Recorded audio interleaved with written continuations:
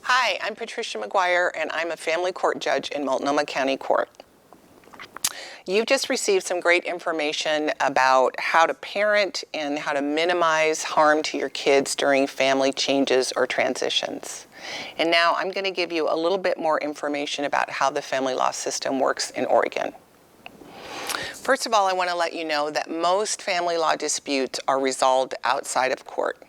About 85% of those cases all settle without going to see a judge. And that's a good thing because we don't have enough court time for everybody to see a judge, nor does everybody need to see a judge.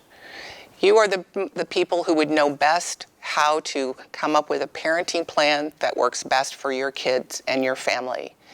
And the judges and the court are here to help you if you can't come up with that plan through alternate means of dispute resolution, such as mediation or working with a lawyer or even talking to family friends. We're here to help you if you can't come to an agreement yourself. But just to let you know that often I would be making a decision about your family with only 3 or maybe 6 hours of information. So as I said, you're the best people to make the best decisions about what's best for your family and for your kids. I'm going to let you know or define a couple of things or terms here for you today. So the first term I want to define is custody. Custody is really legal decision making for your kids. Custody is different from parenting time, and it's different from a parenting plan. So custody just means that you're the decision maker. You decide where your kids go to school, who their medical providers are, and their routine medical treatment. That's custody. That's different from a parenting plan or parenting time. Your kids often don't care or know who the custodial parent is, but they do know when do I see my mom, or when do I see my dad, or when do I see any parent in my home. Okay, that's the parenting plan. The parenting plan is a shared plan that defines when each parent has time with their children. It also often includes a holiday schedule and a summer schedule.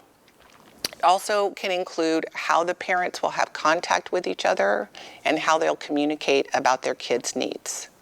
Those are the kind of things that you need to include in a parenting plan, and mediation is often a good way to sit down and try to work out those details with somebody who knows how parenting plans work and can help you come up with the terms that will work best for your family and your children. So when we're talking about custody, there's 2 differences. There's joint custody and there's sole custody.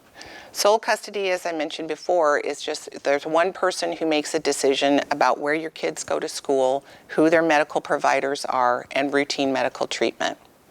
Joint custody is an option, but that option's only available to you if you 2 agree. A court can't impose joint custody on you. That has to be an agreement that you make yourselves. And the reason why is that joint custody is really shared decision making. So what that means is that the 2 of you will agree about where your kids go to school, and you will agree about who their doctors are, and you will agree about what kind of routine health care. Now, it's important if you're going to enter into a joint custody arrangement, it's important that you and the other parent are able to communicate well about your children, that you can resolve any conflict you have about your children between yourselves, and that you can often put your children's needs above your own needs. If you can do all of those things with your ex about your children, then joint custody might be a really good option for you.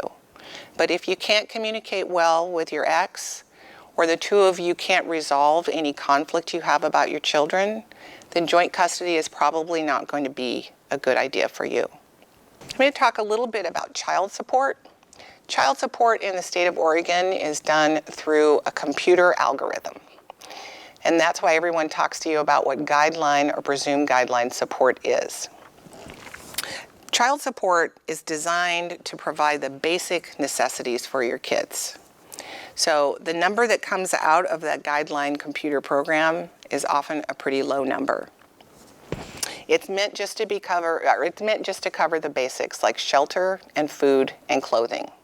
It doesn't cover a lot of extraneous things. And so, for example, if your kids are going to be involved in extracurricular activities, you might want to talk to your ex and see if the two of you can work out an agreement about how you're going to pay for those activities. Very often, parents will agree that we will jointly share the cost of any agreed upon extracurricular activities. So, for example, if your kid's involved in a sport and the two of you agree that you want your child to be involved in that sport, you might agree that you would share those costs. But otherwise, extracurricular activities are not something that's normally covered by child support, and it's not something that a parent is required to contribute to unless they want to. And you've gotten a lot of information, but I want to emphasize here to keep your child's best interests at heart as you go through this process.